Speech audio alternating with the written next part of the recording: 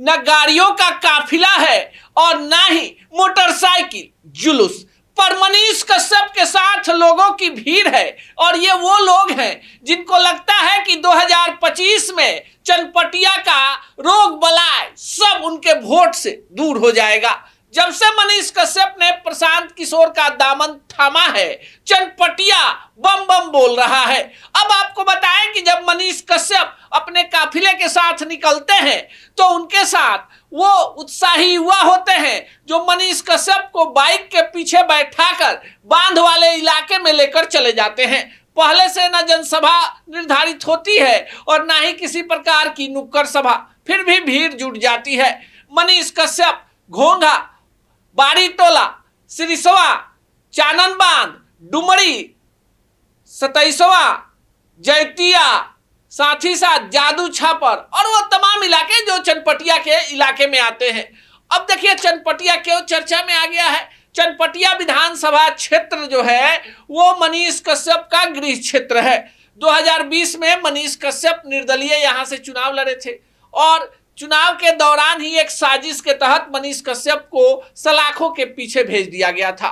बावजूद इसके 10,000 से ज्यादा लोगों ने मनीष कश्यप पर विश्वास जताया, यानी चनपटिया के 10,000 लोगों के नजर में मनीष कश्यप 2020 से विधायक है। अब चनपटिया का जो सामाजिक समीकरण है उसको पहले हिंदू मुसलमान और फिर ऊंच नीच के नाम पर बांटा गया, पर मनीष कश्यप इस बार तमाम दीवारों को ढाकर नए बिहार बनाने की बात कर रहे हैं। मनीष कश्यप का बैकग्राउंड पॉलिटिकल नहीं है।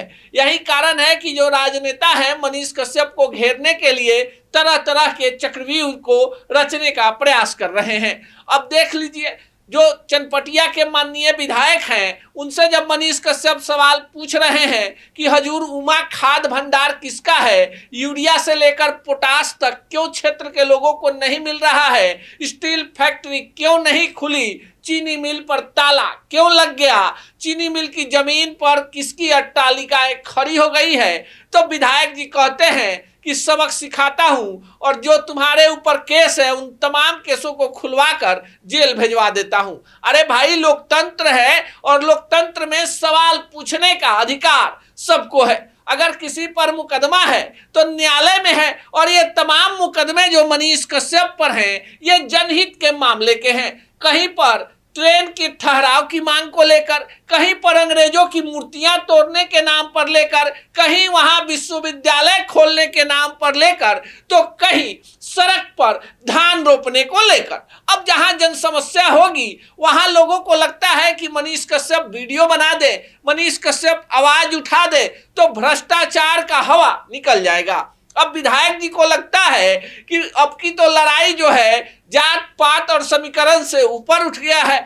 मनीष कश्यप का स्टारडम है। जिन लोगों को इस बात का भ्रम था कि मनीष कश्यप के बीजेपी में जाने के बाद पूरी तरह से सब कुछ जो है थम गया है, वो लोग भी आंखें फाड़ फाड़ कर चनपटिया पर निगाह लगाए हुए हैं। उन्हें कोई ऐसा छोटा सा भी लुप नहीं मिल रहा जहां से वे मनीष कश्यप पर हमला करें। अब मनीष कश्यप पर पुराने मामले को लेकर विधायक जी ने हमला बोला है तो मनीष कश्यप और ज्यादा तेवर में आ गए हैं। मनीष कश्यप के पीछे ना अंगरक्षकों की फौज है और ना ही गाड़ियों का काफिला है। जिसके दरवाजे पर जाते हैं सतुआ सान कर भी खा लेते हैं। कार्यकर्ता ही नाश्ता पानी का इंतजाम कर देते हैं। जहां गाड़ी का तेल खत्म होता है वहां से मोटरसाइकिल पर ही जनसंपर्क अभियान शुरू हो जाता है। पर मनीष कश्यप के माथे पर चनपटिया के उन हजारों माताओं का हाथ है, उन बहनों की राखी है जिसकी कसम इस बार उतारने के लिए मनीष कश्यप आए हैं।